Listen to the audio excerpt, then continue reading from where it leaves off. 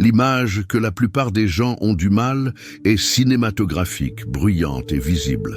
Hollywood nous a appris, depuis des décennies, à craindre la scène classique, une aiguille plantée dans une poupée de chiffon dans un film d'horreur.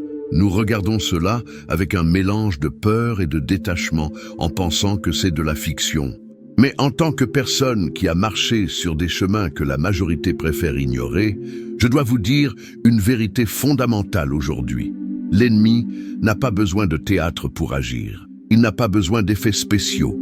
Il a besoin d'une seule chose, un accès.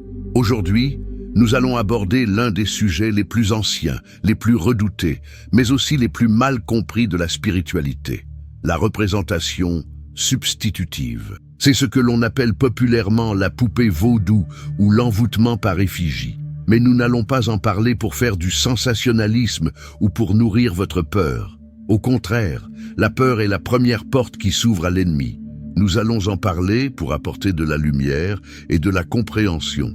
Avez-vous déjà ressenti, soudainement, un poids qui ne vous appartient pas?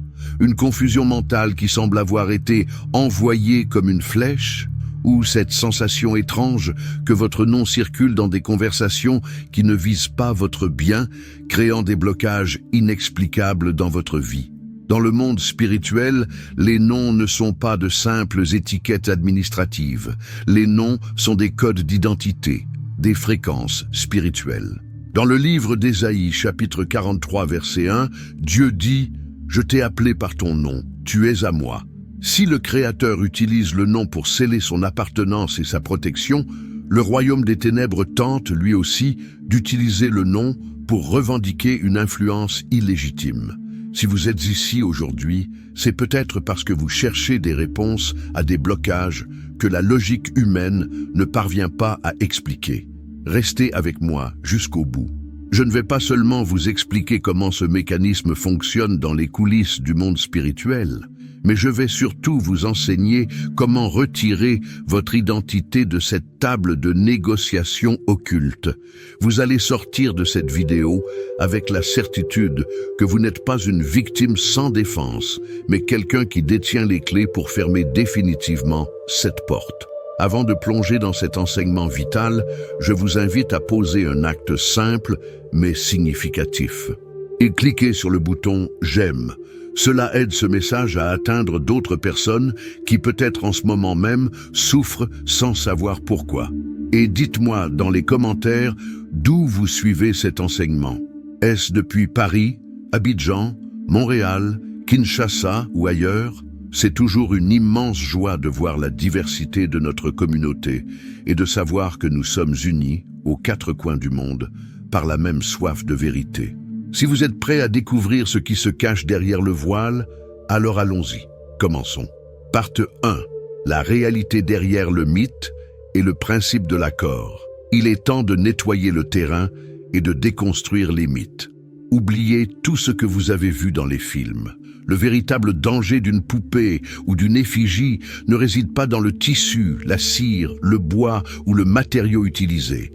L'objet en lui-même n'a aucun pouvoir autonome. Il n'est pas vivant au sens propre. Ce que peu de gens enseignent et ce qu'il est crucial de comprendre, c'est que ces objets sont des points de concordance. Imaginez un téléphone. Le téléphone en lui-même n'est qu'un assemblage de plastique et de métal, mais il permet d'établir une connexion vocale avec une personne à l'autre bout du monde. Les objets utilisés dans la sorcellerie fonctionnent exactement de la même manière. Ils sont le téléphone, pas l'interlocuteur. Le véritable danger n'est pas la poupée, c'est le lien spirituel, le signal qui est émis à travers elle. Lorsqu'une personne utilise un objet pour vous représenter, ce qu'elle tente de faire spirituellement, c'est de créer un pont de l'égalité. Elle essaie d'établir une correspondance entre l'objet et votre personne. Mais écoutez bien ceci, car c'est ici que réside votre liberté. Ce pont ne peut se maintenir fermement que s'il existe une porte ouverte de votre côté. Cette porte peut être la peur, un péché non confessé, une alliance brisée, ou très souvent simplement l'ignorance de votre propre identité spirituelle. C'est une pratique qui remonte à la nuit des temps.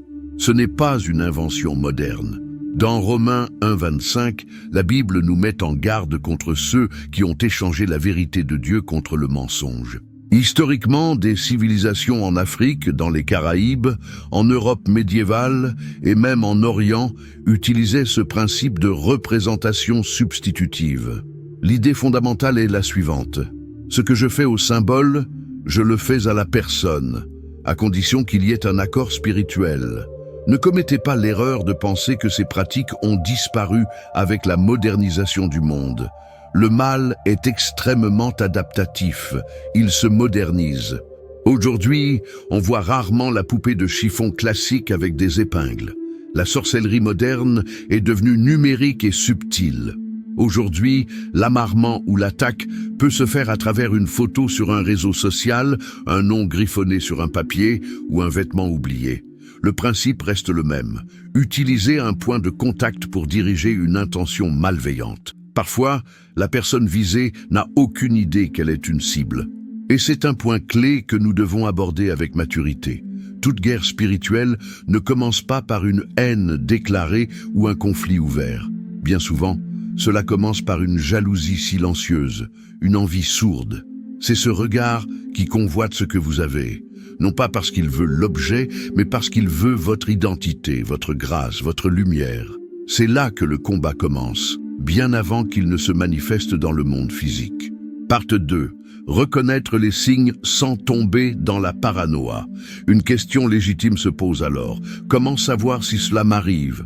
Je ne veux surtout pas que vous deveniez paranoïaque, voyant de la sorcellerie derrière chaque petit problème de la vie quotidienne. Cependant, la Bible nous dit dans Éphésiens 6,12 que nous n'avons pas à lutter contre la chair et le sang, mais contre des principautés et des puissances.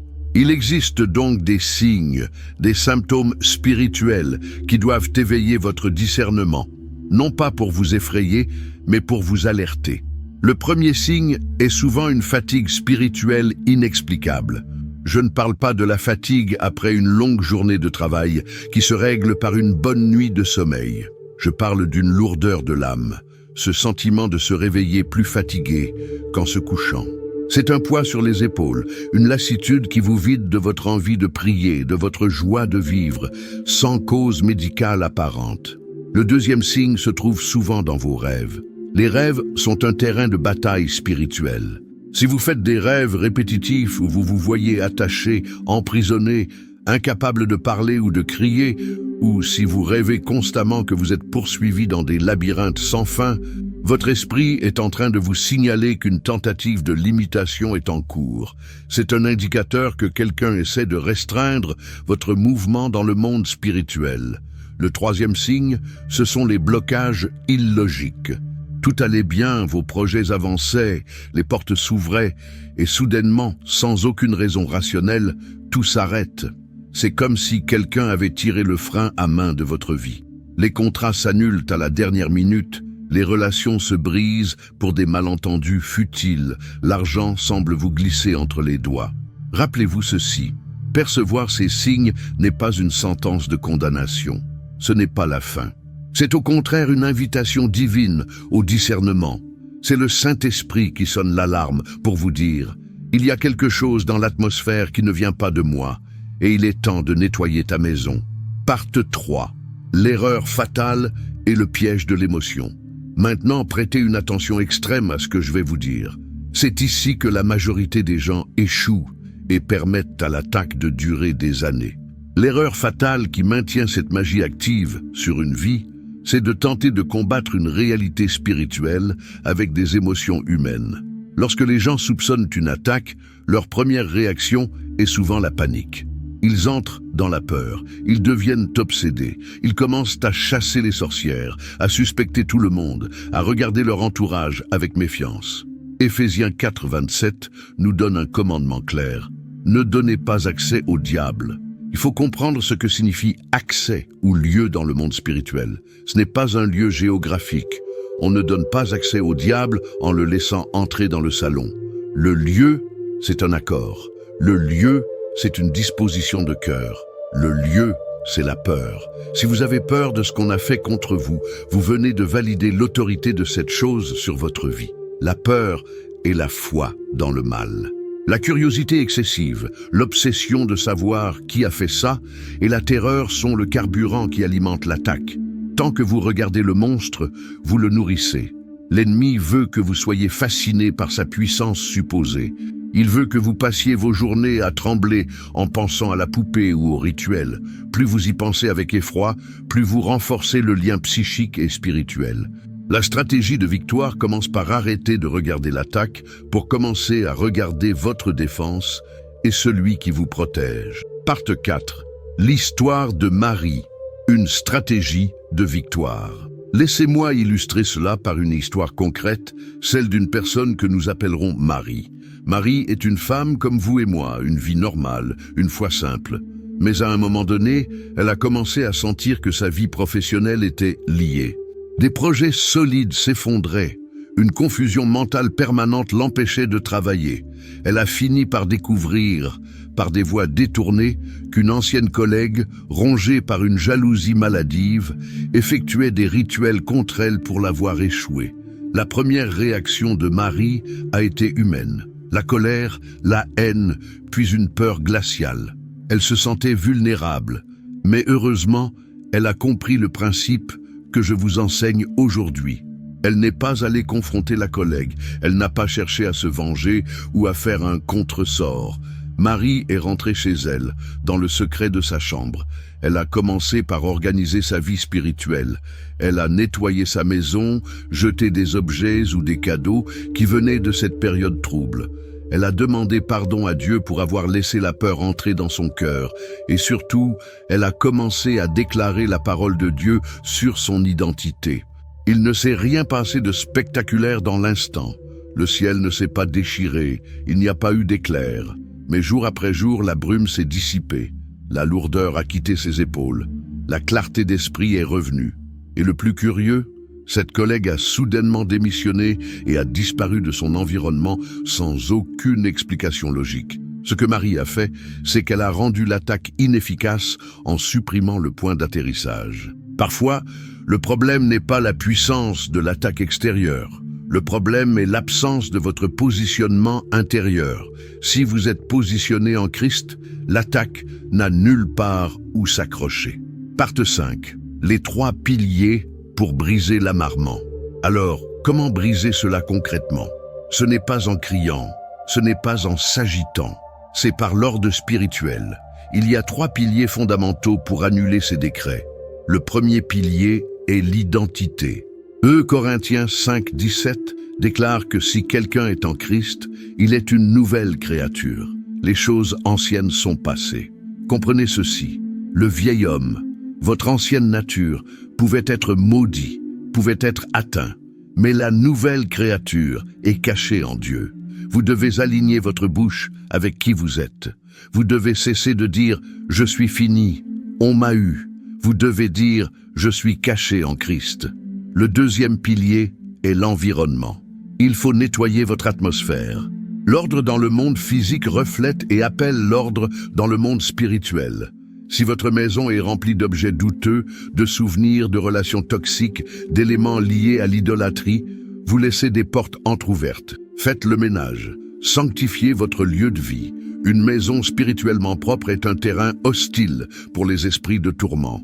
Le troisième pilier est l'autorité calme. Jésus a dit dans Luc 10, 19, « Voici, je vous ai donné le pouvoir de marcher sur les serpents et les scorpions, et sur toute la puissance de l'ennemi. » Notez bien qu'il parle d'autorité. L'autorité n'est pas le bruit. Un policier n'a pas besoin de hurler pour arrêter une voiture. Il a juste besoin de lever la main, car il a l'autorité de l'État derrière lui. Dans le monde spirituel, c'est pareil. Ce n'est pas celui qui crie le plus fort qui gagne, c'est celui qui connaît son rang. Le monde spirituel respecte ceux qui connaissent leur identité. Partie 6, les comportements qui assèchent le mal. Voici une clé en or pour maintenir votre liberté. Vous voulez assécher la force de ce qui est fait contre vous? Jacques 4, 7 nous dit « Résistez au diable et il fuira loin de vous. » Mais comment résister? Résister, c'est refuser de coopérer. Le moyen le plus puissant et souvent le plus difficile pour casser un sortilège, c'est le pardon. Quand vous pardonnez à la personne qui vous attaque, vous coupez le cordon ombilical de la haine par lequel le sorcier voyage pour vous atteindre. La haine est un lien, la rancune est un pont, le pardon est une paire de ciseaux géantes dans le monde spirituel. Pardonner ne veut pas dire que vous approuvez le mal, cela veut dire que vous refusez de laisser ce mal vivre en vous. C'est une stratégie de guerre intelligente. De même, arrêtez d'alimenter des pensées répétitives. Brisez le cycle. Changez votre routine. L'ennemi compte sur votre prévisibilité. Si vous agissez toujours de la même manière face à l'attaque, il sait comment vous avoir. Soyez imprévisible, soyez joyeux là où on attendait vos larmes, soyez paisible là où on attendait votre colère. Si nous ignorons ces principes, les conséquences peuvent être lourdes. Les cycles de malédiction peuvent se répéter, affecter nos finances, nos familles, nos décisions. Mais je veux que vous graviez ceci dans votre cœur. La conséquence n'est pas un destin, c'est juste un signal d'alarme sur le tableau de bord. Aucune œuvre faite dans les ténèbres ne peut survivre là où il y a de la lumière, de l'ordre et une autorité consciente. Jean 1,5 nous rappelle « La lumière luit dans les ténèbres, et les ténèbres ne l'ont point reçue. Où la lumière arrive, l'obscurité n'a pas le choix, elle doit partir. Vous ne devez pas vivre en réaction au monde spirituel. Vous êtes appelés à gouverner votre vie avec intelligence et sagesse divine. » Parte 7. Prière d'autorité et de rupture. Je sais que nous avons abordé des sujets profonds et intenses. Peut-être que pendant que je parlais, des visages, des situations ou des souvenirs sont remontés à votre surface. Peut-être avez-vous identifié ces signes dans votre propre vie. Mais je veux que vous retrouviez votre calme maintenant. Respirez. Nous n'allons pas sortir d'ici avec seulement de l'information intellectuelle.